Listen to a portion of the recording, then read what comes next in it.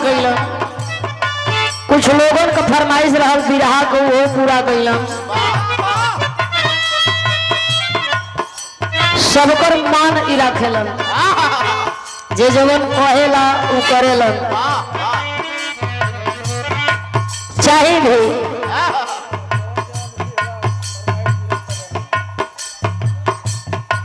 कहत रह जे आप ही लोग गार्जियन बढ़ो, आप ही लोग मलिकार बढ़ो। मलिकार सूत जाइए तो भी लोग का करी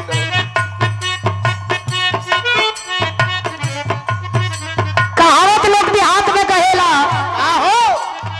शूद्र के जनेऊ ना होला, पारा खाती पखेव ना होला। शूद्र खाती जनेऊ ना होला, पारा खाती पखेव ना होला। फल तो बहुते बा, बाजारी से लेके बगीचा ले राम केवल, बाकी बनोरम खाती सेव ना होला। सबके हर चीज सूट ना करेला। अच्छा तू लोग नाचियो के निक बढ़ो, हम खाली अगर कोशिश कर दी तो 50 गो कमेंट में मैं 50 खराबे रही। ऐसे हमरा ले बड़ा ऊ लगेला, और तो और जे आपन उस 60 स्क्रीन को के भेज दी हम। ला ही देखो अभी है कुल बाकी बा, बड़ा सोचे के होला। ऐसे हम कहता नहीं कि हर चीज सबका पर सूट ना करेला।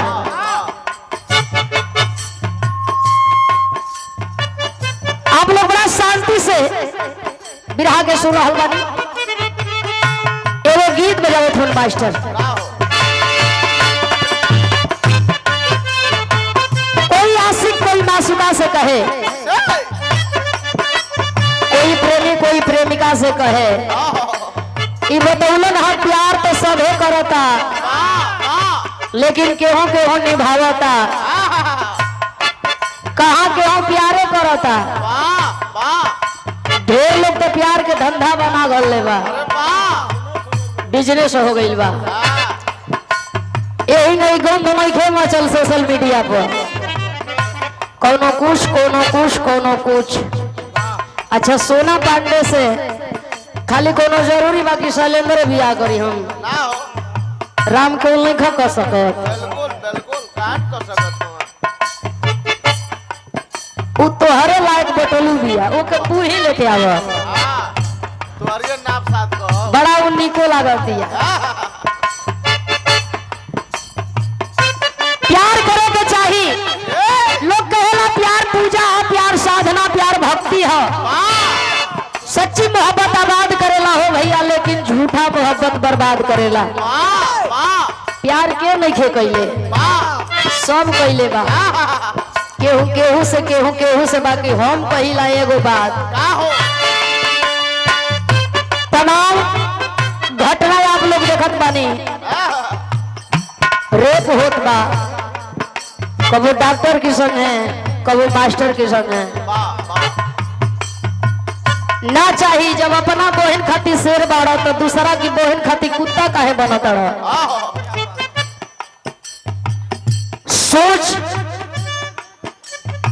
इंसान के ऊपर निर्भर होला। जब अपना बहन खाती शेर बड़ा तो दूसरा की बहन खाती कुत्ता मत बना, ओकरो खाती शेर बना तब ना। बड़ा निमन चीज बजावत हन का, अब है दीदी किसे,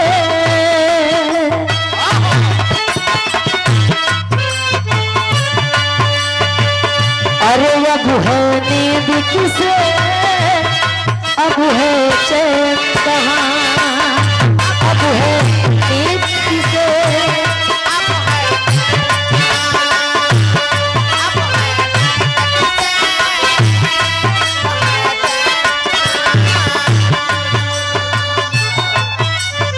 और मनमन यादव जी, अरविंद सिंह के ड्राइवर, सबके बोले कि राम पूरा परिवार के मालिक सुखी रखे, खुश रखे, स्वस्थ मस्त रखे, दुख सहन का मालिक शक्ति प्रदान करे।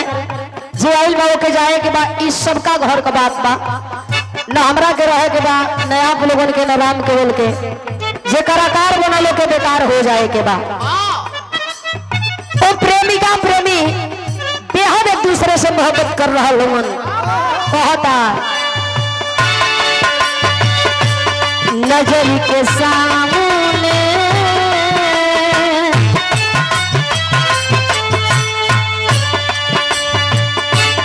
नजर के सामने जिगर के पास नजर के सामने जिगर के पास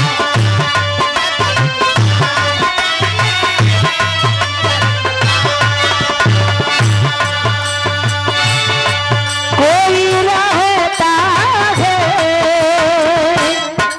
ओहो नजर के सामने जिगर के पास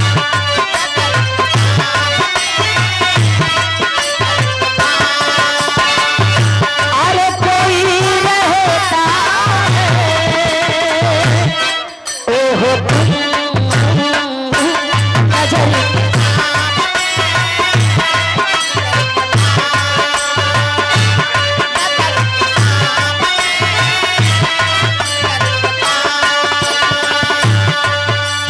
लाल यादव जी पूज्य बाबा श्री की ओर से 100 रुपये सुंदर पुरस्कार अमित बाबू